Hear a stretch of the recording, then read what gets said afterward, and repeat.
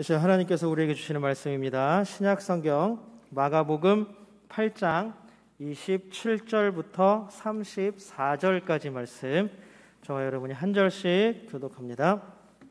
마가복음 8장 27절부터 34절까지 말씀입니다.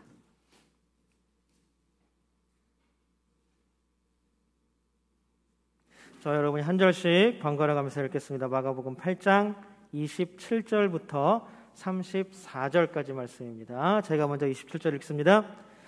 예수와 제자들이 빌립보 가이사랴 여러 마을로 나가실세 길에서 제자들에게 물어 이르시되 사람들이 나를 누구라고 하느냐?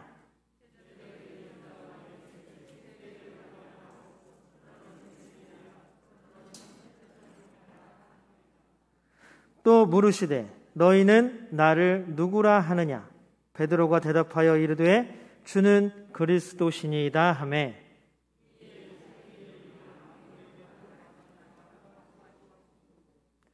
인자가 많은 고난을 받고 장로들과 대제사장들과 서기관들에게 버림받아 죽임을 당하고 사흘 만에 살아나야 할 것을 비로소 그들에게 가르치시되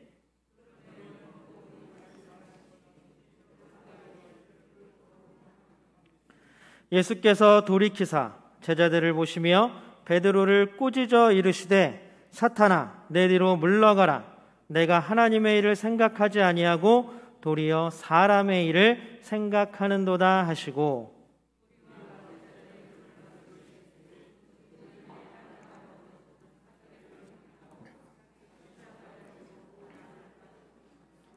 아멘. 오늘 설 명절 잘 보내셨습니까? 새해 복 많이 받으세요. 올 한해는 더욱더 다들 더 건강하시고 더 행복하시고 더 풍성한 삶이 되기를 주님의 이름으로 축복합니다. 우리 또 함께 그럼 인사 나눌까요? 우리도 받았으니까 또 나눠줘야죠. 그렇죠? 인사도 나눠야 되는 거죠. 우리 옆에 있는 사람, 앞에 있는 사람, 뒤에 있는 사람께 인사 나눕니다. 새해 복 많이 받으세요.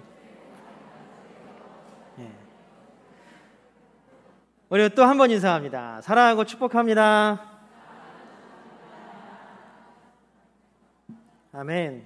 우리 이제 하나님께 믿음의 고백 올려드릴까요? 우리 두 손 하늘에 벌쩍 들고 우리 하나님께 믿음의 고백 올려드립니다. 하나님 좋습니다. 감사합니다. 사랑합니다. 하나님이 하시면 무엇이든지 다 이루어집니다. 하나님 좋습니다. 감사합니다. 사랑합니다. 하나님이 하시면 무엇이든지 다 이루어집니다. 아멘. 하나님께 영광의 박수 올려드립니다. 네, 새해가 되었습니다. 우리 새해가 많은 것 같아요. 1월 1일도 새해고 음력 설도 새해고 좋으시죠? 저도 좋아요. 좋은 때는 지나간 것 같아요. 이제는 세뱃돈을 받는 입장이 아니라 나가는 입장이다 보니까 모이니까 또 애들도 많고 다들 저와 같은 마음이신가요? 네, 고개가 끄덕끄덕하시는 거예요. 우리 아이들이 아까 함께 세배할 때 어떠셔요? 귀엽죠? 예쁘죠? 예. 우리 아이들은 교회에서 우리 성도들을 어른으로 섬기고 또 그렇게 믿음의 본을 받고 자라나는 것, 이것이 아이들이 자라는 것에 있어서 가장 중요한 일인 줄로 믿습니다. 예. 그러려면 어른들이 우리 아이들에게, 특히 교회 안에서 우리 아이들에게 항상 믿음의 본을 보여주셔야 돼요. 그래야 아이들이 믿음으로 자라날 줄로 믿습니다. 그래 그 아이들이 또 시간이 흘러서 나중에 우리 교회를 지키는 우리 교회의 든든한 기둥이 될 것입니다. 그리고 아이들을 위해서 항상 기도해 주시고 만나면 항상 축복해 주시고 그래서 아이들이 무럭무럭 신앙으로 자라날 수 있도록 도와주시기 바랍니다. 우리가 마가복음을 읽었습니다. 마가복음은 별명이 하나 있어요. 별명이 뭐냐 하면 길 위의 복음서다라는 별명을 하나 갖고 있습니다. 어디 위요? 길 위. 흔히 우리가 대학원 다닐 때 이런 얘기죠. 마가복음서는 길바닥 복음서다 이런 얘기도 많이 했습니다. 이 마가복음은 우리가 흔히 얘기하는 길바닥 복음서, 길 위의 복음서라고 하는 이유가 있습니다. 마가복음에서는 유난히 길 위, 길 안, 길 가는 도중에 라는 말로 길이라는 단어를 굉장히 많이 사용하고 있습니다. 그리고 또 오늘 8장 27절, 그러니까 26절까지 베세다에서 이제 예수님께서 시각장애인을 치유하시는 사역을 마지막으로 갈릴리에서의 사역을 마치시고 예루살렘을 향하여서 이제 긴 여행길에 오르십니다. 최종 목적지는 예루살렘, 골고다 언덕 십자가 위가 되겠습니다. 갈릴리는 먼 위쪽 지방입니다. 이 갈릴리 지역, 갈릴리 호수를 주변으로 예수님이 갈릴리 호수를 왔다 갔다 하시면서 이제 사역을 하시다가 이제 이 갈릴리 호수의 사역을 베세다에서의 시각장애인 치유를 마치시고 이제 예루살렘을 향해서 요단강을 따라서 쭉 내려오시는 거예요. 중간에 사마리아도 들어가긴 하시지만 요단강을 따라서 쭉 내려오십니다. 그래서 직진형 복음서가 또 마가복음입니다. 무슨 형? 직진형. 그냥 우리끼리 하는 얘기예요. 직진형 복음서예요. 쭉 나와요. 예루살렘까지 쭉 가십니다. 그래서 이 여행기가 이제 예루살렘 들어가는 예루살렘 입성하는 13장까지 계속 나옵니다. 여기는 굉장히 이 길 위에 있는 이 여행 중에는 굉장히 중요한 이야기들이 참 많이 나옵니다. 그러면서 이제 예수님이 예루살렘에서 떠나는 길 첫 마당에 이 제자들에게 질문을 하시면서 떠나는 거예요. 어떤 질문인지 한번 보겠습니다. 27절입니다. 우리 27절 세 번역으로 한번 읽어보겠습니다. 시작. 도중에 제자들에게 물으셨다. 사람들이 나를 누구라고 하느냐? 제자들에게 물어보신 거예요. 야, 사람들이 주변에 너 아는 사람들이 아니면 어제 왔다 갔던 사람들이 나를 누구라고 하대? 야, 나보고 뭐라 그래? 우리도 궁금하죠. 누가 막 있었는데 가면 물어보잖아요. 야, 제가 나 뭐라 그래? 혹시 내 욕 안 해? 아니면 나한테 뭐라 그래? 나보고 뭐라고 해? 궁금하시죠? 예수님도 궁금하셨나 봐요. 야, 주변 사람들이 나에 대해서 뭐라고 하디? 이렇게 물어봅니다. 그때나 지금이나 예수님에 대한 평가는 사람들에게 있어서 다 각자 제각기 평가를 하고 나누는 기준과 가르는 잣대가 있습니다. 요즘도 우리가 살다 보면 예수님 믿지 않은 사람들이 다 교회, 예수님, 하나님에 대해서 각자 평가하는 이야기들을 들을 것입니다. 심하게는 야, 너 그런 교회 뭐하러 다녀? 뭐하러 하나님이 있어? 이렇게 얘기하는 사람들도 있고, 아니면 무관심한 척, 관심 없는 척 하는 사람들도 있습니다. 아마 이때에도 마찬가지였을 것 같아요. 그래 결국 지금 첫 번째 예수님께서 하신 질문은 제자들에게 하셨지만 전혀 예수님과 관계가 없는 사람들이 나에 대해서 뭐라고 하니? 지금 아마 요즘 말로 말하면 야, 안 믿는 사람, 교회 다니는 사람들이 예수님에 대해서 나에 대해서 뭐라 그래? 라고 묻는 거죠. 그랬더니 그 대답이 무엇입니까? 28절입니다. 한번 같이 읽어볼까요? 28절입니다. 같이 읽겠습니다. 시작. 세례자 요한이라고 합니다. 엘리야라고 하는 사람들도 있고 또 예언자 가운데 한 분이라고 하는 사람들도 있습니다. 자, 사람들 예수님 잘 모르는 사람들이 뭐라고 하냐 하면 세례 요한이라고 하는 사람도 있어요. 그다음에 또 뭐라 그래요? 엘리야라고 하는 사람들도 있던데요. 그러고 보니까 또 어떤 사람은 야, 선지자들 중에 한 명 아니야? 라고 얘기를 합니다. 그 당시에 유명한 사람은 다 갖다 붙이는 거죠. 세례 요한은 헤로데에게 죽임을 당했습니다. 그러니까 야, 예수가 세례 요한이 얼마나 신드롬을 일으켰습니까? 요단강에서 세례를 주면서 야, 회개하라. 이스라엘은 당연히 하나님의 백성인데 회개할 게 뭐가 있어요? 그런데 아니야, 니네 회개해야 돼. 이사야와 예레미야가 외쳤던 그 회개를 세례 요한이 다시 외쳤습니다. 시간이 600년이 지났고 나서 다시 세례 요한이 외친 거예요. 회개해. 그러니 얼마나 신드롬이었겠어요. 많은 사람들이 줄을 서서 세례 요한에게 세례를 받았습니다. 그런데 세례 요한이 헤로데에게 죽임을 당했어요. 그러니까 세례 요한의 뒤를 잇는 사람인가 보다. 그래서 세례 요한이 아니면 세례 요한이 다시 살아났나 보다. 헤로당도 그것 때문에 걱정하죠. 야, 내가 죽인 세례 요한이 다시 살아났나 보다. 예수에 대해서 그렇게 평가합니다. 그다음에 또 엘리야는 어떻습니까? 여러분들 성경에 죽임을 당하지 않고 하나님께 불려 올라간 사람이 있습니다. 누구예요? 엘리야 또 에녹이 있습니다. 에녹은 하나님과 동행하였더니 그가 땅에 보이지 않았다라고 표현해요. 대단하죠. 그 중에 한 사람이 바로 엘리야라는 사실입니다. 엘리야가 오늘 이 사람들이 왜 예수님을 엘리야라고 불렀을까요? 엘리야는 이들이 기다리는 메시아, 구원자, 앞에 오는 사람이에요. 그러니까 결국 뭐예요? 이 사람들이 느낄 때는 예수님은 구원자가 아니었던 거죠. 아니었던 거예요. 왜? 엘리야는 구원자 먼저 오는 사람이니까. 그 나중에 9장에 보면 엘리야하고 또 예수님하고 막 대화하는 장면이 나타나죠. 자, 그 다음에 선지자 중에 한 명이다. 선지자는 무엇입니까? 하나님의 말씀을 선포하고 전파하는 사람입니다. 근데 말라기 선지자 이후로 400년 동안 이스라엘에 선지자가 나타나지 않았어요. 그거를 암흑기라 그래요. 암흑기. 왜? 선지자가 나타나지 않았다는 것은 하나님의 말씀이 선포되지 않았다는 거예요. 하나님의 말씀이 400년 동안 선포되지 않다가 세례 요한이 등장했고 그 다음에 예수님이 등장했습니다. 선지자 중에 한 명 하나님의 말씀을 선포하러 온 사람인가 보다. 자, 이 세 부류 다 예수님을 구원자라고 인식하는 대답은 한 개도 없었습니다. 지금 시간이 이미 다 지난 입장에서 우리가 볼 때에는 예수님을 정확하게 인정하고 고백한 사람이 한 명도 없었던 것이죠. 그랬더니 이제 예수님께서 질문을 바꾸십니다. 다시 묻습니다. 29절 한번 볼까요? 29절 세 번역으로 한번 볼게요. 질문을 바꾸셨어요.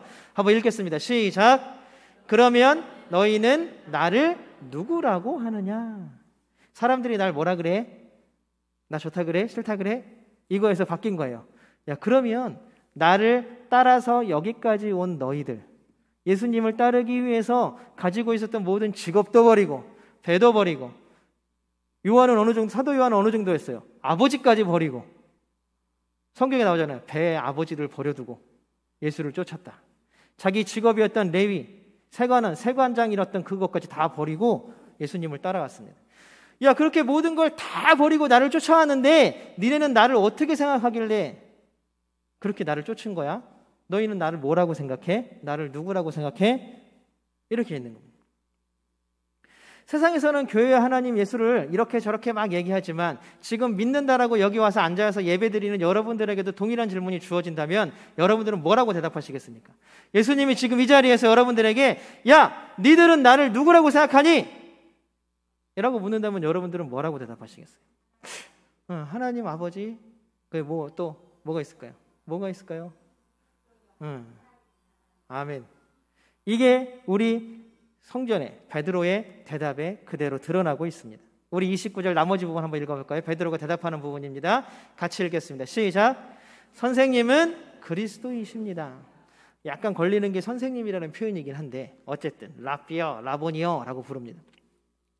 그러면서 예수님은 그리스도이십니다 라고 말합니다. 근데 그리스도는 도대체 무슨 뜻일까? 그리스도는 일단 헬라어예요. 헬라어인데 이 헬라어는 원래 구약 성경을 번역하면서 메시아라는 히브리어를 헬라어로 번역한 것입니다. 그러니까 그리스도라는 말하고 메시아라는 말하고는 같은 말이에요. 같은 말이에요. 메시아하고 그리스도는 같은 말이에요. 메시아는 히브리어고 그리스도는 헬라어입니다.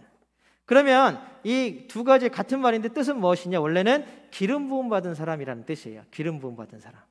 그러나 성경에서는 용례에 따라서 구원자라는 뜻으로 쓰입니다. 구원자. 우리를 구원할 자라고 쓰입니다.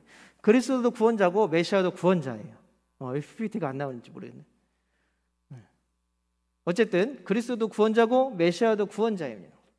이게 같은 말이라는 것입니다. 그러니까 우리가 예수 그리스도, 우리가 기도할 때 맨 마지막에 뭐라고 기도해요? 예수 그리스도의 이름으로 기도합니다. 또 우리가 예수님을 부를 때 뭐라 그래요? 예수님이라고도 부르지만 예수 그리스도 이렇게 부르잖아요. 그럼 우리는 그 이름 6글자에서 우리는 고백하는 거예요. 뭐라고 고백하냐 하면 예수님은 나의 구원자이십니다 라고 고백하는 거예요. 계속 예수 그리스도 할 때마다 예수님은 나의 구원자이십니다 라고 계속 고백하고 있는 거예요. 이 고백이 우리 입술에서 떠나지 않게 되기를 주님의 이름으로 축복합니다. 이 고백이 우리의 믿음의 고백이 되기를 주님의 이름으로 소망합니다. 이제 이렇게 정답을 맞춘 거예요. 베드로가 선생님은 그리스도 구원자의 나의 구원자이십니다. 그리스토스 1인칭이 나의 구원자이십니다. 그렇게 고백했어요. 그런데 예수님이 기분이 좋았겠어요? 나빴겠어요? 어려운 문제 냈는데 금방 맞춰? 쟤 싫어. 이런 건 아니겠죠. 기분이 좋아지셨어요. 그래서 이제 내친 김에 그래, 그럼 내가 그리스도로서 이제 예루살렘에 가는 이유를 정확하게 얘기해 줄게. 잘 들어.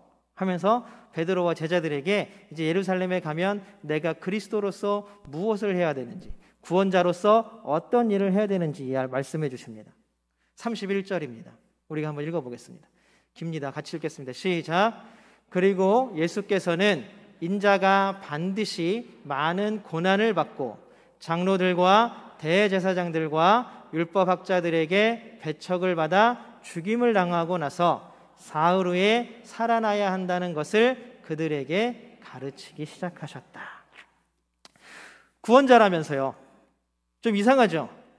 구원자인데 자기 예루살렘 가면 죽는데요.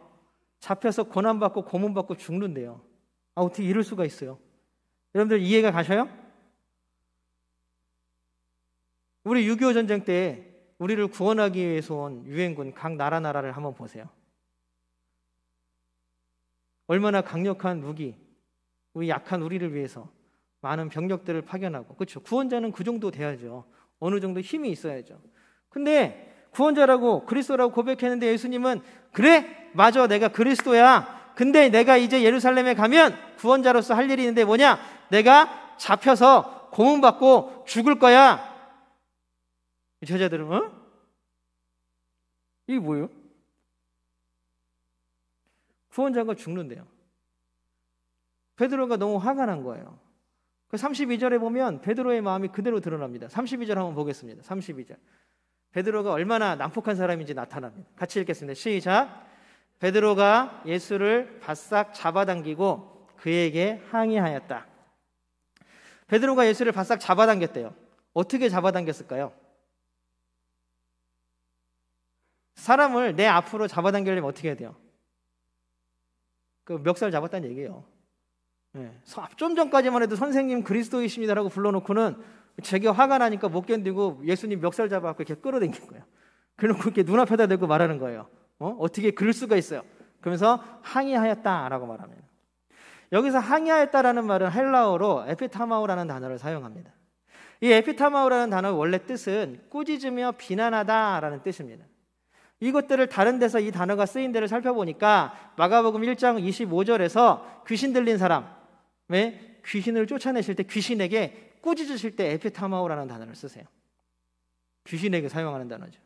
그 다음에 4장 39절에서 제자들이 배를 타고 건너가는데 풍랑이 막 일어서 배가 뒤집힐 것 같아요. 죽을 것 같아요. 그러니까 예수님이 풍랑을 꾸짖으셔서 잠잠하게 하셨다. 풍랑을 꾸짖으실 때 이 에피타마오라는 단어가 사용됩니다. 놀랍지 않으세요? 이 단어는 귀신이나 거칠은 풍랑에 의해서 상호하는 단어였는데 베드로가 예수님에게 사용하는 거예요. 뭐 하는 거야? 그만큼 지금 베드로가 화가 난 거예요. 그런데 이 에피타마오라는 단어를 33절에서 예수님도 베드로에게 똑같이 사용하십니다. 우리 같이 한번 읽어볼까요? 33절 예수님이 어떻게 사용하시는지 같이 한번 읽어보겠습니다. 33절입니다. 시작. 그러나 예수께서는 돌아서서 제자들을 보시고 베드로를 꾸짖어 말씀하셨다. 여기서 꾸짖어 할 때도 에피타마오 그래요. 뭐냐면 야 이 귀신아, 야 이 거칠은 풍랑, 사람을 잡아먹는 거칠은 풍랑아. 예수님도 베드로에게, 베드로도 예수님에게 둘 다 화가 난 거예요.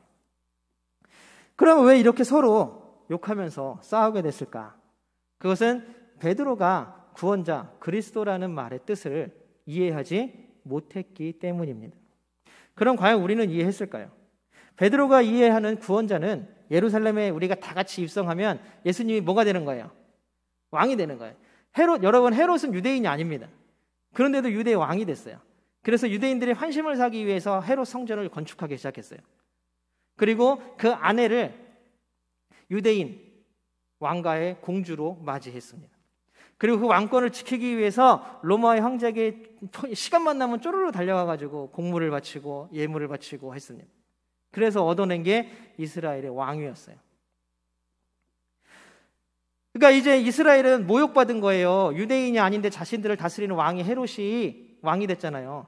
그 구원자는 뭐가 돼야 돼? 야, 저 나라에 가서 예루살렘에 가서 다 때려. 헤롯도 다 쫓아내고 헤롯도 끌어내리고 이제 누가 왕이 돼요? 예수님이 왕이 되는 거예요. 그러면서 이제 8장, 9장, 10장에 계속 이어져 나오는 이야기들이 있는데 다른 제자들도 똑같이 그렇게 생각해요. 제자들은 이제 예수님이 왕이 되면 야, 누가 더 높은 자리에 갈 수 있을까? 서로 싸우기 시작합니다. 그 다음에 예수님이 왕이 되면 누가 오른편에 누가 왼편에 있을까? 그것 때문에 또 싸우기 시작합니다. 그 예수님은 분명 출발할 때 야, 나는 죽을 거야 라고 얘기하셨는데, 놀라운 일이죠. 예수님이 말한 그리스도하고 베드로가 제자들이 고백한 그리스도하고 너무나 다릅니다. 우리는 어떻습니까? 교회를 나오고 우리가 예수를 그리스도라고 고백하는, 예수님은 구원자이십니다라고 고백할 때에 우리는 어떤 것을, 무엇을 기대하고 계십니까? 복권 샀는데 1등으로 당첨되는, 아니 왜 하나님이 살아계시다면 교회 댕기는 사람만 복권에 1등 당첨됐으면 좋겠는데 확인할 길이 없고, 내가 이렇게 열심히 기도하는데 자다 일어나 보면 내 옆자리에 돈벼락이라도 하나 떨어져 있어야 되는 거 아닌가? 우리 아이들은 아주 좋은 학교에 다 입학하고 아주 좋은 직장에 다 취직해야 되는 거 아닌가? 제일 높은 자리에 가야 되지 않는가? 여러분 혹시 이런 것들을 기대하고 예수님을 믿고 계십니까? 내 자리에, 내 옆자리에 갑자기 막 이만한 돈다발이 툭 떨어지는, 우리도 예수님을 따라 나서면서 많은 기대를 가지고 있습니다. 예수님을 우리가 어떻게 부르든지 간에 우리가 예수님께 기대하고 바라고 소원하는 것들이 다 있습니다. 하지만 그것이 잘못된 것은 아닙니다.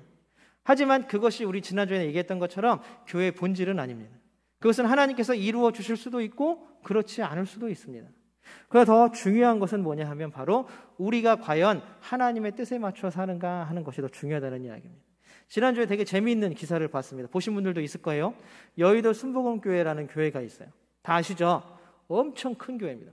구역장만 15,000명이래요. 구역장만 15,000명. 그리고 거기 이제 금요일 날마다 구역장 교육을 하는데 낮에 구역장 가방이 다 똑같아요. 아세요? 빨간 가방? 여의도에 금요일만 되면 빨간 가방을 든 여자분들이 15,000명이니까 갑자기 때를 지어 나타난다 그래. 어쨌든 여의도 순복음교회 저번에 지난주에 기사가 나왔는데, 그 지난주에 이영훈 목사님, 담임 목사님이죠. 이영훈 목사님이 나와서 얘기를 했다, 광고를 했다 그래요. 카드를 하나 만들었는데 그 카드를 지니고 다니면 이 카드에서 무슨 파장이 나와서 코로나를 예방할 수 있대요. 여러분들 보신 적 있으세요? 뉴스에도 나왔어요. 여러분들 이거는 도대체 우리가 말하는 미신이나 부적하고 뭐가 다릅니까?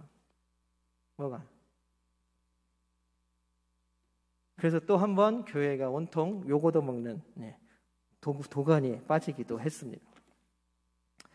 복을 바라고 기대하는 것들은 잘못된 것은 아니지만 그것은 하나님께서 이루어 주실 수도 있고 이루어 주시지도 않을 수도 있습니다. 우리가 수요일날 같이 나눴었죠. 수요일날도 더 자세하게 나눴었습니다. 수요일날은 여러분들 궁금하시면 수요일날 오시면 더 자세하게 들을 수 있습니다. 이것은 정말 우리 교회의 본질이 아니라, 우리의 교회의 본질은 뭐냐면 하나님의 뜻에 따라가는 거, 내 뜻이 하나님의 뜻과 맞는가 하는 것입니다. 우리 33절 후반부를 한번 읽어보겠습니다. 33절 후반부입니다. 같이 읽겠습니다. 시작. 사탄아, 내 뒤로 물러가라. 너는 하나님의 일을 생각하지 않고 사람의 일만 생각하는구나.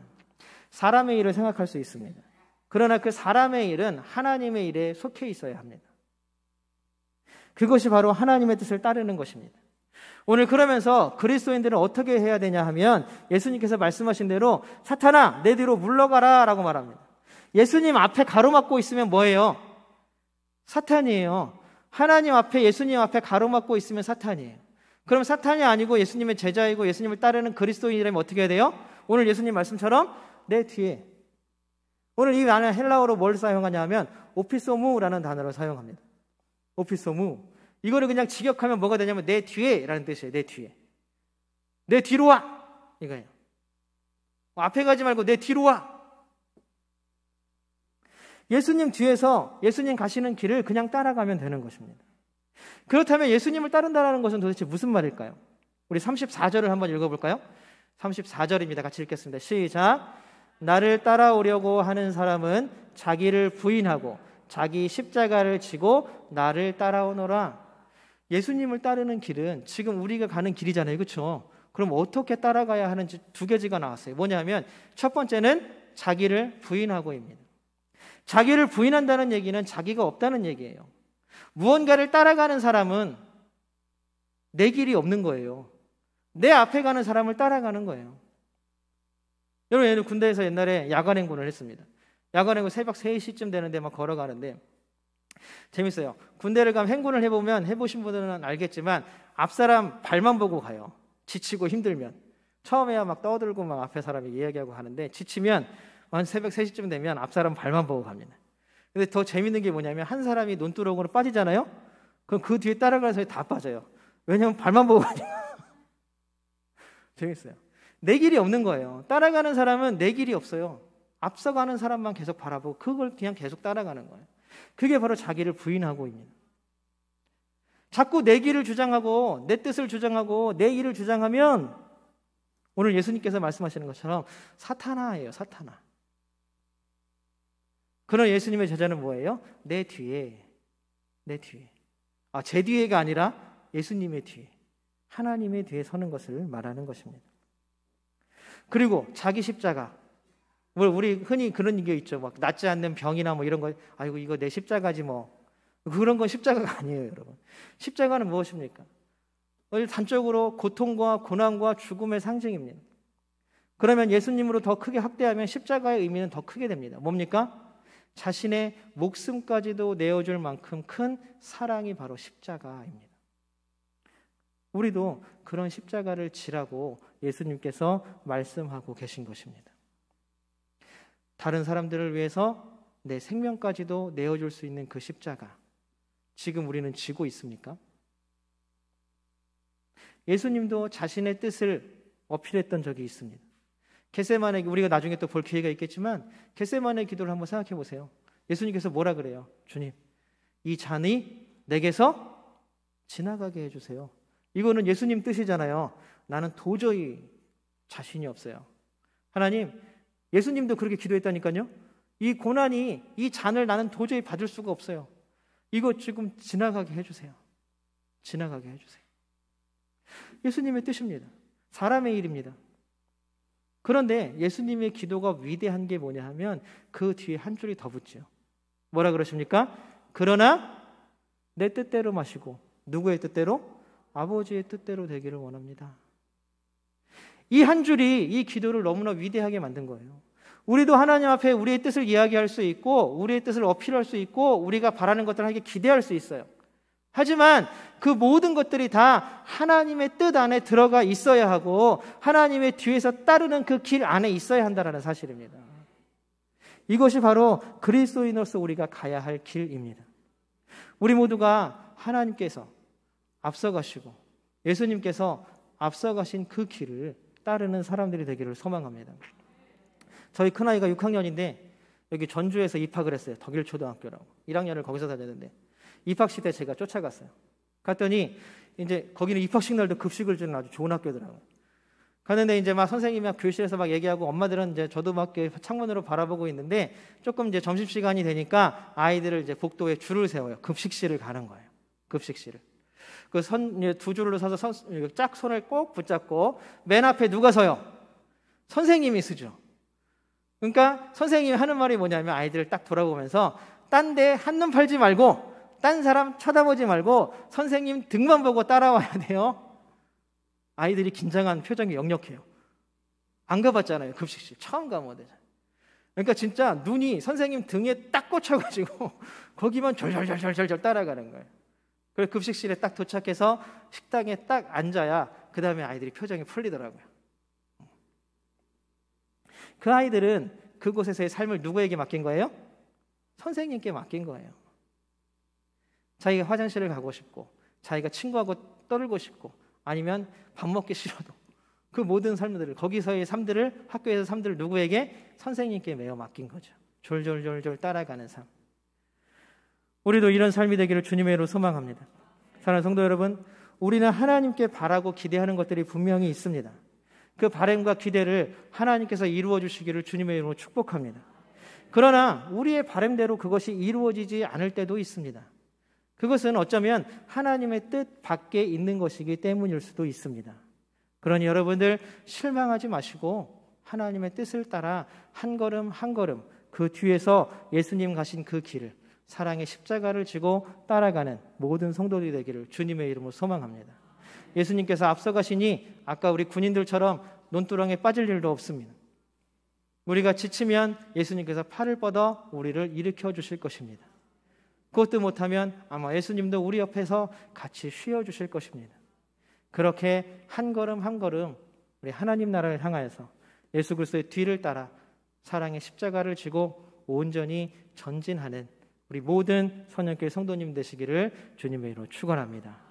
우리 함께 이 시간 같이 찬양할 텐데요, 우리 하나님께서 우리의 길이 되어주시고 우리의 왕이 되어주십니다.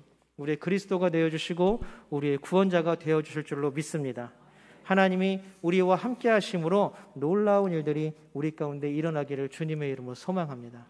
우리 그 마음을 담아서 우리 함께 같이 찬양할 텐데요, 우리 가슴에 손을 얹고 우리 함께 이 가사 따라서 함께 찬양하기를 원합니다. 함께 찬양하시겠습니다.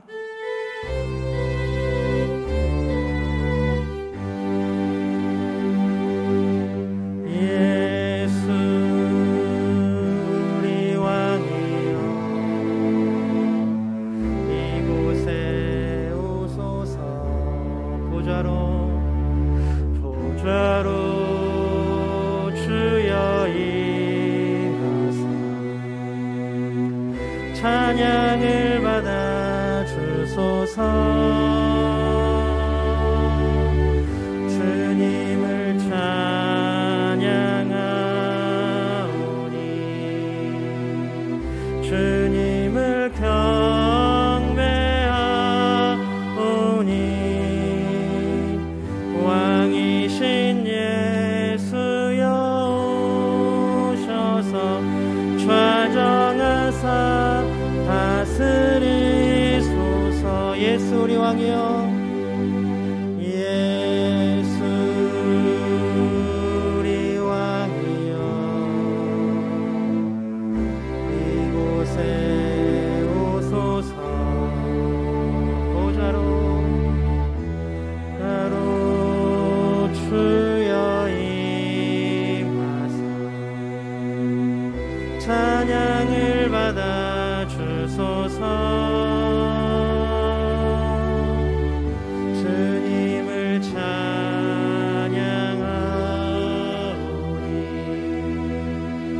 주님을 경배하오니 왕이신 예수여 오셔서 좌정하사